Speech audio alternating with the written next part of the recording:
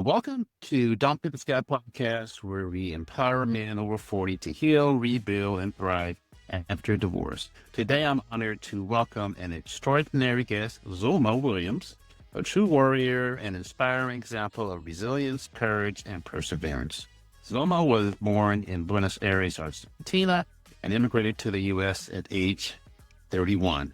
Her journey has been nothing short of remarkable. At 42, she started her Bachelor of Social Work degree, graduating at 46, only to face a breast cancer diagnosis 2 months later. She fought through it, moved back to Argentina for 3 years, and returned to the U.S., earning her Master of Social Work at age 50. Man, I love when old people go back to school. That is so innocent. So now, the founder of Dragonfly Therapy Services, Zoma specializes in trauma, anxiety, and depression, having survived cancer, abusive relationships, and suicidal ideation. She has made it her mission to help others honor the warrior within themselves. Let's dive into her incredible story. But Zoma, thank you for finally connecting with me. I really appreciate it. But tell a bit about yourself, and I have some questions for you. Of course. Thank you for having me. It's such an honor. And I hope that I can inspire the viewers and the listeners to understand that it's never too late. As you mentioned, I moved to Argentina, from Argentina to the US at 31. At 42, I always had a passion for helping others. And I was working in accounting. And I was like, you know what? I want to try to be a therapist. That is my dream. And if it doesn't work out, I can always go back to accounting. I started my bachelor's. I graduated at 46.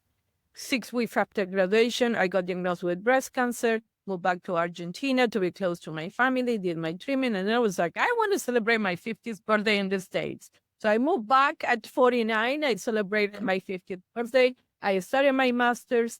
And then fast forward to 2025, I went to Hawaii. I used to live in Las Vegas in the desert.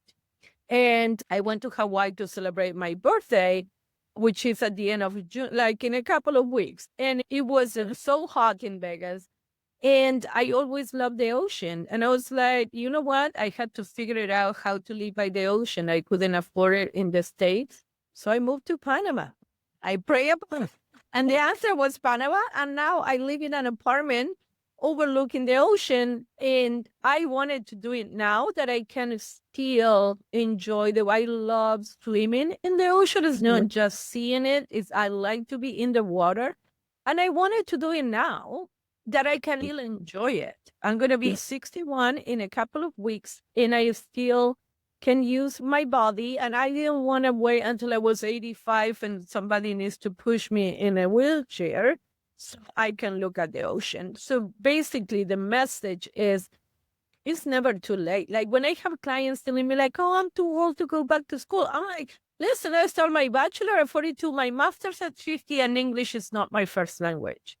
What is the excuse? Yeah. Like, so it's never too late to pursue getting to be the person that you were always meant to be.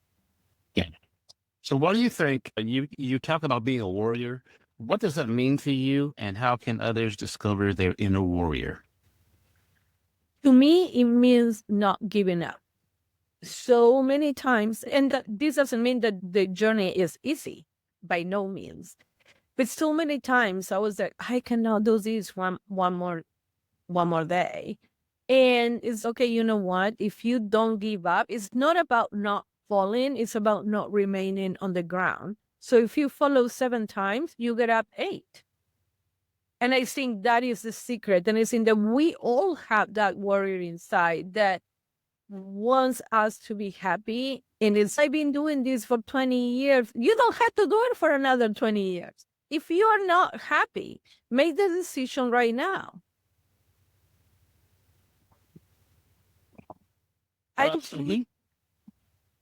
Sorry, I don't believe in failure, right? It's when we are thinking, if I try and it doesn't work out, I don't believe in failure. If you try stuff and it works out, you're happy. If you don't, if it doesn't work out, you gather information. So either way you win. All right, you're in my head because my next question was failure. Get out of the Get out of my head. So many of my men over 40 struggle with feelings of failure, with divorce. What advice do you give those who feel stuck? That again, like if you try this, when you got married, you were in love. Hopefully you were in love with this person. We change over time. It's not just I change, we all change. And if you are not longer happy or your partner is not longer happy, why are you beating the dead horse? It's like the best thing that you can do to honor that love is to set the other person free. Because if you're not happy with me, I'm like, no, David, you don't leave me. No, you stay. No, you. It's like, you're not loving me. Because when we truly love somebody, someone is, I want you to be happy, even if it's not with me. And I think that it's important to recognize that when we are talking about love, we had to love ourselves first. If I don't love myself, how can I love you?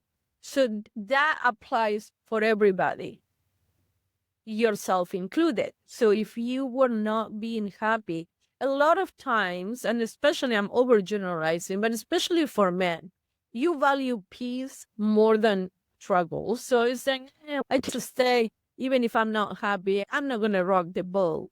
But that's not why you were created. You were created to be happy, not just to conform.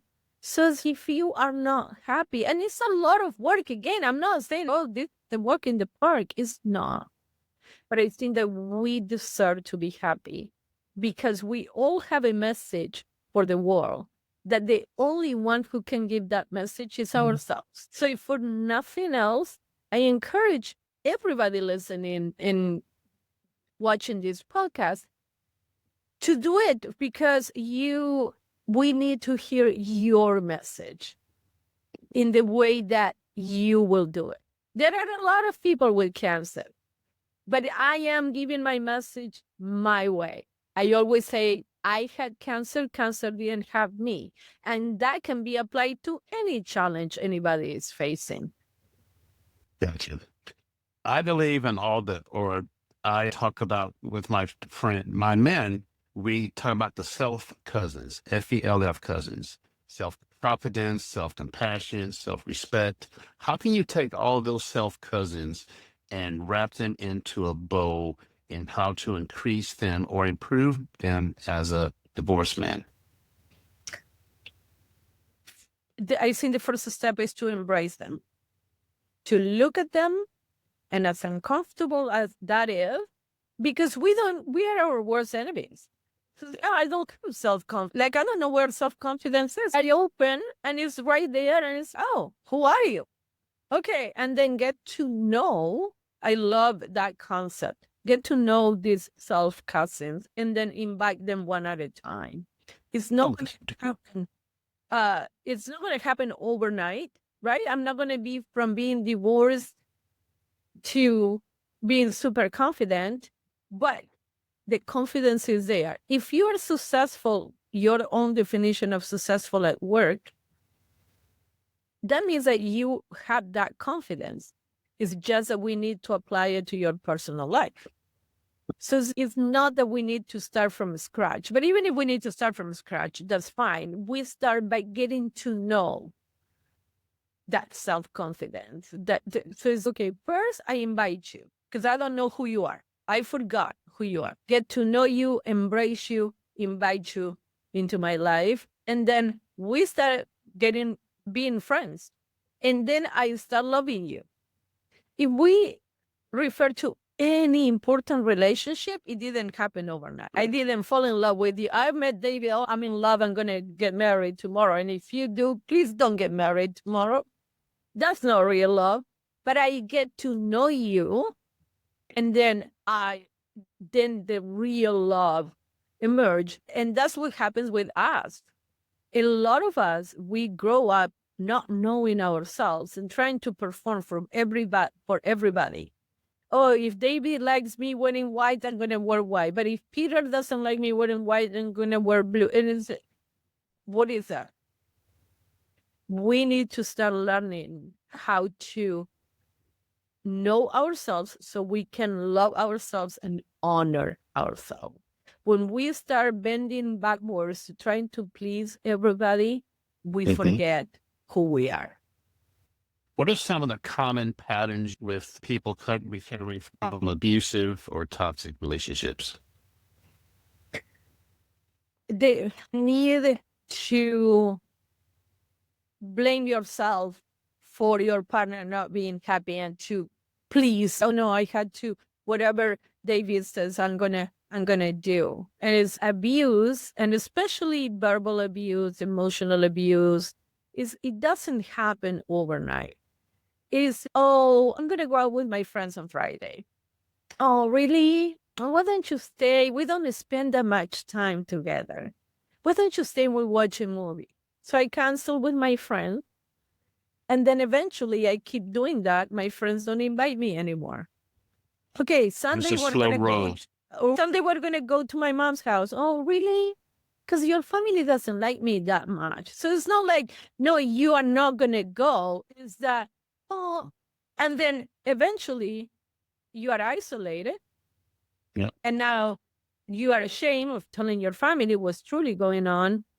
You don't have any more friends.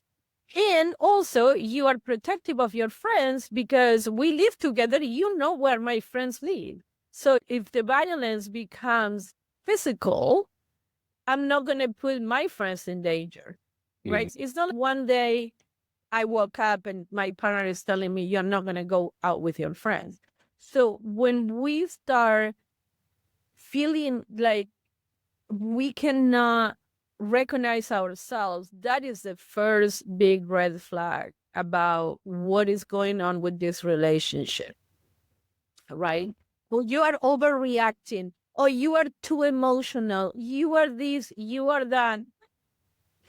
What will a good friend or a therapist or a counselor or a priest, whomever you are in contact with, you need that neutral person who's going to tell you, no, you're not overreacting. This is not right. Because when you are in the picture, you cannot see the picture. Right. I was being You're too close to it. You're too close to it. I was being abused for a long time. I didn't recognize I was being abused.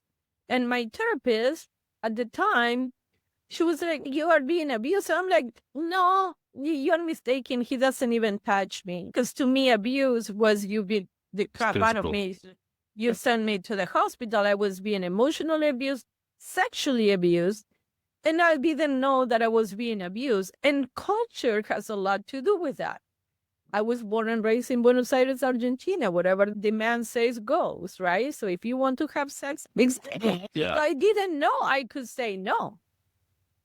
And I have said no, and I wasn't respected. So I'm like, oh, that's what I'm supposed to do. So it's a lot of cultural factors, but I think that, and that's why having a therapist, having a neutral person is so important, because you are going to be presented with a different perspective on the same situation that is going to make you question certain things. How can divorced fathers prioritize their emotional healing while still being present for the children? Ask for help. Go to therapy. Simply because you can doesn't mean you had to do this alone. I think that the best thing you can do for your children, for you, but I always tell my parents, I'm guilt tripping you, but I don't care. As far as you're going to do it, I don't care about guilt tripping you. If you do it for the children, but really you need to do it for yourself. Once you start healing, you become a better person, a better father, a better brother, a better son, a better everything. So if at the beginning you don't even want to do it for yourself, that's fine, but heal for your children. So how do we heal? First of all, I need to recognize, because when you go through a divorce, you're not only grieving the relationship, you are grieving all these things you're not going to get to do. Because you are grieving of that you were going to travel with your partner and your children. You are grieving that you're not seeing your children every day. You are grieving that we were going to buy the house on the beach, and now that's not going to. It's not just the relationship that I'm grieving; it's all the other plans and seeing my children every night and putting them to bed and whatever. So, in order to heal that, we first need to recognize that is hurting. And a lot of times, men think that if they are vulnerable, they are being weak. And actually, vulnerability is the sign of strength, because you need to be strong in order to allow yourself to be vulnerable. So please ask for help.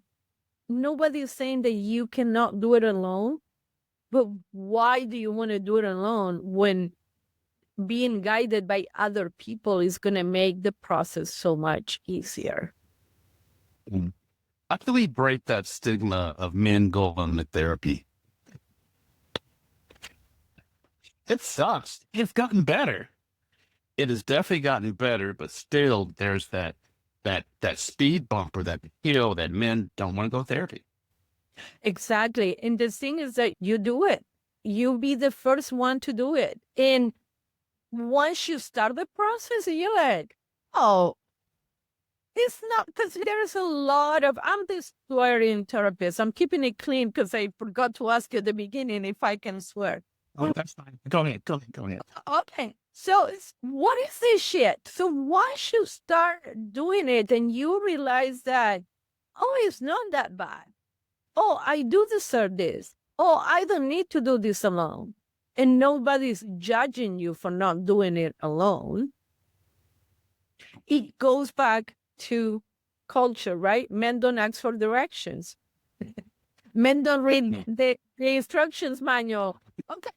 You rather drive for 30 minutes than fucking taking the route that is going to take you there in 5 minutes. Be my guest. But simply because you can take a punch doesn't mean that you live on the ring. So it's not about, oh, I cannot do this myself. You can. But it's a lot easier. That's why we have GPS. Are you going to find the address? Absolutely. But if you follow the GPS, you're going to be there in 5 minutes rather than in an hour and wasting a lot of gas and time. So it's about being practical. You are going to get on the other side of the pain that you are currently experiencing. But if you have somebody to help you along the way, why not? So you mentioned you're a dentist. If I have a toothache, no, I'm going to do this because I'm not going to call David. What? I'm going to call David and have David giving me an antibiotic and then do whatever David needs to do so I'm not in pain anymore. What is pain? That badge that we carry? No, because look at me, I'm carrying pain. That is not practical. I'm a very practical human being. So I'm not happy. Then let me go and enroll in a career that I think that is going to make me happy. Even if being a therapist didn't work for me, I can go back to accounting. Again, like I'm gathering information. Being a therapist is not for me. But what if I didn't start when I started at 42? And now 18 years later, I've been looking back and say, oh, what if I started school? It's okay. If you are thinking about it, fucking do it today. Nobody has tomorrow guaranteed. What about forgiveness? The F word, man. I'm going to have a hard time with that one. The F word. That is the F word. Yeah. So when I was going through my co-parenting phase, my kids are 30s, I had to love my kids more than I hated my ex. That's what got me through it. But that forgiveness part took a while, took a long time. And people said forgiveness is for you, whatever, but it's still hard. Speak to that for me. Forgiveness is for you. I completely agree with you. But before we get to the F word, which is my other favorite F word, we need to understand in our minds that whatever that person did is a reflection of that person, not a reflection of me. Why did you do that to me? Because you are a fucking bitch. That's why. It has nothing to do with me. We have a natural tendency to personalize things that are not personal. So if the mother of your children was a fucking bitch, what does that have to do with you? Nothing. Oh, interesting. Okay. So it's like you need to stop personalizing. And here is a quick exercise to know if you're personalizing. There is a situation. You remove yourself from the situation, you put someone else. If the situation remains the same, then it's not personal. Oh, Zulma is so rude. Zulma is a fucking equally opportunity offender. Don't feel special. She's rude to everybody. Because that's a reflection. That's a reflection of Zulma.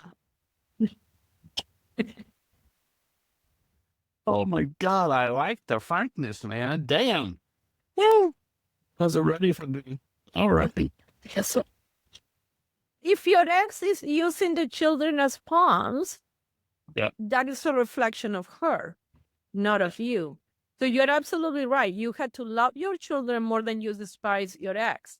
But the first step to forgiveness, I think that is, first of all, understanding that things were not like this, because we have a natural tendency to blame ourselves. Why did I had children with this bitch? At the time you had children, she wasn't the bitch that she is right now. Yeah, you were right? So, exactly. So at the time that you had the children, things were different. So now that we have more information, we are judging ourselves for what we did 5 years ago, 10 years ago. That is not fair. So the first one to forgive is yourself. Self-forgiveness comes first. And in order to be the best father or the best mother for my children, I need to leave this at the door, because having this over me is not going to allow me to be there for my children. So that's the first step. Second step is, am I personalizing this? Is she doing it to me? Or she is hurting my children to hurt me? Again, that is a reflection of her. And I will protect my children to the best of my ability. But I cannot protect them from what the other partner is doing. I can't. If the mother is telling shit about you 6 days, 5 days a week, and then you get the children for 2 days, and you're like, how the fuck do I erase this? You don't. You start building a different image. So you are yourself with the children. It's going to take a lot longer to construct that relationship, but you take them to the park and you spend time with them and you cook together, whatever you do. Eventually, the child is going to be like, wait a minute, my daddy is not what my mommy says that he is. And then eventually the child is going to overcome this. But at the time that it's happening, it's okay. That's a reflection of her, not a reflection of me. So I'm going to continue to do and be who I am with my children. That is a long route, right? It's a lot easier to be like, your mom is lying. I'm not like that. I don't know. Whatever. Don't. You're going to lose. Because it's 5 days against 2 or 4 days against 3 or whatever. Leave the child out of it. You be you with your child. And then eventually you start building that relationship. So let's focus on, are we personalizing this? Because it's 9 out of 10 is not about us. It's a reflection of the other person. And we get caught up in that is okay. It's not like I don't get angry, but it's once I'm like, okay, bitch, wow, I didn't personalize. And if I am, I stop personalizing, and then I don't remain angry for so. So this is not as though I'm never get angry. It's like as soon as you realize that you are allowing the other person to have power over you. you are living rent-free in my head. It is my head. So I need to evict you, right? So as far as I'm so focused on, I want you to change and I want you to do this and I want you to do that. You are living here rent-free.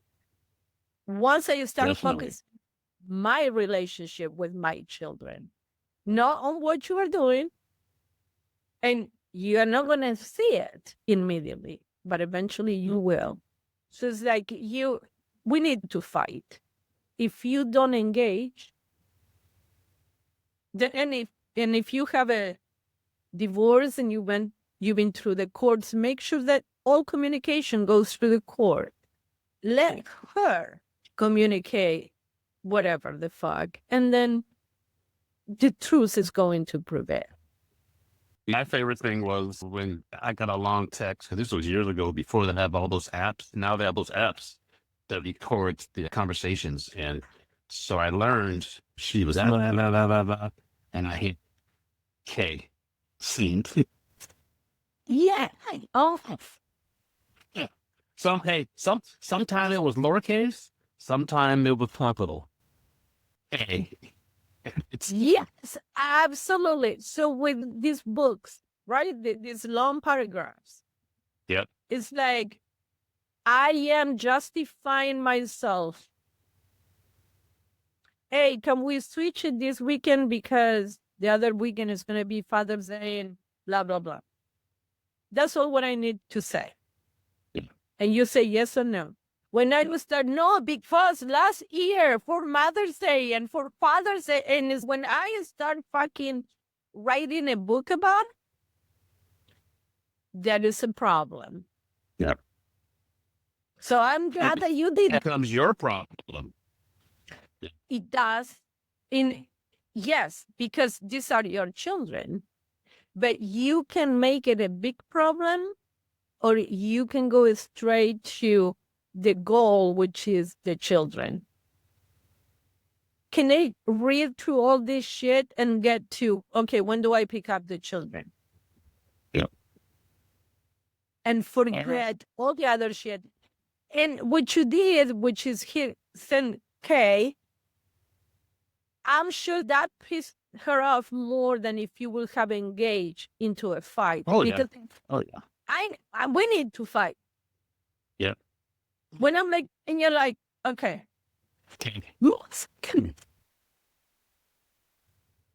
As I said, okay. You're not engaging. And then actually over time, it does kind of settle down because they figure out that they can't ramp you up. Oh, yeah. Because I don't engage, you're not engaging anymore. Yeah. Wow. Man, what a podcast. This has been interesting. Fine. My man have about a half-hour attention span. So where can they find you on the internet? Violet Novet. My website is Dragonfly Therapy Services.net, and my Instagram is at the Swearing Therapist. Okay. Any parting words to my men out there? Besides Yes. Kate? If you woke up today, that means that your mission in life is not complete. Keep putting one foot in front of the other, and you're going to come on the other side of the challenge you're currently facing. Thank you so much for having me. Thank you. That was awesome. Wow. That was a great podcast. Yeah, send me this and I'll get it up probably in a week. You got any big plans for the weekend? No, just going to the beach because that's where I live Go now. to the beach, get in the water, swim. What a life, guys. Well, you were complaining about being 61. I'm 65, sweetheart. And the life is, oh yeah. I got remarried and man, I've been very blessed. I was never going to redo it again. Never, ever going to do it. And she came in my life and life is good. So I'm very blessed. So you're right. Listen. Man. Just sit back and yeah. My dad got remarried at 73. And I was like, my siblings were like, why are you going to marry her? Blah, blah, blah. And I was like, Dad, are you happy? I'm thinking, how long is this motherfucker going to live? He died of COVID 24 years later. He was the one who got the longest marriage in the entire family at 73. Wow. If he wasn't, Pictureless. 24 years. It's never too late. I don't complain about being 61. I'm so damn fucking proud of being 61 and pursuing my dreams. So, David, it has been an absolute pleasure. Oh, let me fucking stop recording this.